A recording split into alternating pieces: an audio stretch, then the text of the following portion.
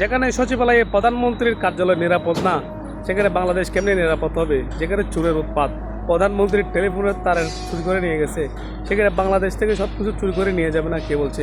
তাই জনাব প্রধানমন্ত্রী তারেক রহমানকে আহ্বান করব, এই চুরগুলো খারাপ, প্রথমে ওই সচিবালয় থেকে চুরগুলোকে বের করেন।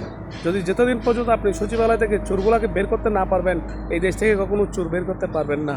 আপনার কার্যালয়, যেটা দেশের জরুরি ভিত্তিতে যে কার্যকলাপগুলো রয়েছে, ওখান থেকে টেলিফোনের তার চুরি করে নিয়ে যায়। কি আফসোস, কি সিকিউরিটি? অন্য জায়গার নিরাপদ কোথায়? অন্য জায়গাতে চুরি হবে না, সেটার গ্যারান্টি কি? তাই আপনার উচিত এই চুরগুলো খারাপ, জাতি দেখতে চাই, জনগণ দেখতে চায় এই চুরগুলোকে। তাই আপনার উচিত ওগুলোকে বের করে জনসম্মুখে নিয়ে আসুন এবং দৃষ্টান্তমূলক শাস্তি দিন। একটা দেশের প্রধানমন্ত্রীর কার্যালয় হলো সবচাইতে নিরাপদ এবং সিকিউর জায়গা।